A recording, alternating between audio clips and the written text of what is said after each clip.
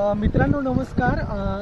आता आम्ही आहोत ते प्रवरेच्या किनारी आहोत। ती प्रवरा नदी वाहते आहे, ज्याला अमृतवाहिनी नदी असं म्हटलं जातं। काल गणेश विसर्जन झालंय आणि गणेश विसर्जनामध्ये आपण सगळ्यांनी बघितलंय की आपल्या गणपतीची नेमकी परिस्थिती काय आहे। आता आम्ही ज्या वेळेस या ठिकाणी आलो बघायला की म्हणजे आम्ही पुलावरनं जात होतो, हा समोरचा पूल आणि ते जरा दाखवा।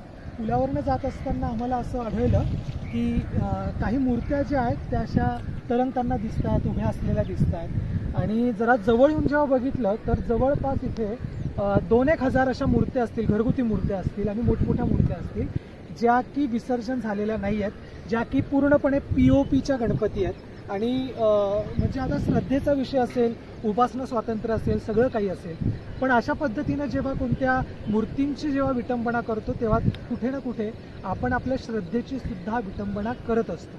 तर फार विचित्र असं वाटलं की गेली 10 दिवस याची पूजा अर्चा झालेली आहे, याला शेंदूर लावलेला, याला फुलहार घातलेले आहेत, 10 दिवस सागर संगीत सगळं काही केलेलं आहे आणि 10व्या दिवशी आपण आपल्या उपासनेचं, आपल्या धर्मस्वातंत्र्याचं, आपल्या श्रद्धेचं अशा पद्धतीने जर बाजार करत असू तर मला वाटतं की हे चुकीचं आहे। आम्ही जेव्हा या ठिकाणी आलो तेव्हा साहिल नावाचा एक मित्र आम्हाला भेटला।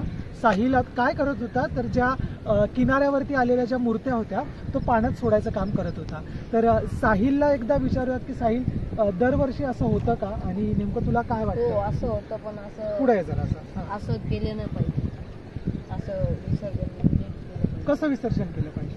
हे आपलं POPच्या मूर्त्या असं घेऊ नये, आपल्या साध्या मूर्त्या घेऊन विसर्जन केलं पाहिजे। POPच्या मूर्त्या घेऊ नयेत, साध्या मूर्त्या घ्याव्यात आणि त्याचं विसर्जन करावं असं साहिल सांगतो। लवकर विसर्जन होऊन त्यांची ते हे होतं, माती जी आहे ती लवकर ही झाली पाहिजे। आम्ही जेव्हा या ठिकाणी आलो तेव्हा एक काका या ठिकाणी आलेले होते, त्यांनी त्यांच्या घरी शाडूची मातीची मूर्ती बनवलेली आहे आणि ती मूर्ती घरी त्यांनी विसर्जित केली आणि इथं येऊन त्याचा जो काही लगदा होता, त्याचा जो काही त्याचे रेसिड्यूज जे होते ते त्यांनी इकडे येऊन पाण्यामध्ये टाकलेले आहेत। मी जरा विनंती करेल की त्यांनी पण जरा आपल्याशी बोलावं। काका, हे बघा सर, ये साडू मातीचे आहे गणपती, तो हे लगेच बितरतं, हे लगेच बितरतं। आपण ये POP घेते ना तो ये वितरत नाही। कृपया करके साडू मातीचेही गणपती घ्या और त्यांच्याच विसर्जन करा, बरोबर आहे? बरोबर। तुम्ही 10 दिवस गणपती घरातच बसवला? घरात बसवतो सर। अच्छा, आणि त्याचं विसर्जन कुठे केलं? पूजा करून अपने आंगन में बकेट लेते मोठी सी, उसमें पाणी भरते, स्वच्छ हार बीर घालून त्याच्यात आपण विसर्जन करते आणि दुसऱ्या दिवशी येऊन इकडे दुसऱ्या दिवशी आपण ते माती आहे त्याची नदीत येऊन टाकते। हे बघा, लोकांना काय संदेश द्याल? लोकांना आमच्या कृपया करके यही संदेश है कि विसर्जन अपने घरी करे और व्यवस्थित त्यांना सकाळी येऊन इथं शाडू माती यूज करावी, शाडू मातीची यूज करायला पाहिजे, असं नाही करायला पाहिजे। धन्यवाद।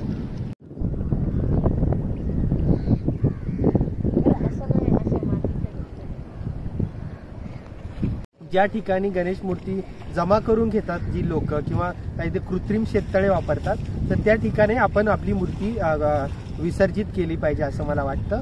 हा आपल्या सगळ्यांना स्वतःचंही हानिकारक करून घेणं आहे, नदीचंही प्रदूषण करणं आहे आणि दुसरी अशी गोष्ट की आपल्या देवाची विटंबना झालेली आहे, जी आपण कोणीही सहन नाही करू शकत। मला असं वाटतं की यातून आपण बोध घेतला पाहिजे आणि सगळ्या लोकांनी आणि सरकारने सुद्धा अशा याच्यावरती काहीतरी पाऊल उचललं पाहिजे, गणपती बुडवण्यासाठी काहीतरी धोरण आखलं पाहिजे। शाडू मातीबद्दल हमेशा बोललं जातात, नियमितपणे लोक बोलतात दरवर्षी, पण नेमकं लोकांची अनास्था का असेल?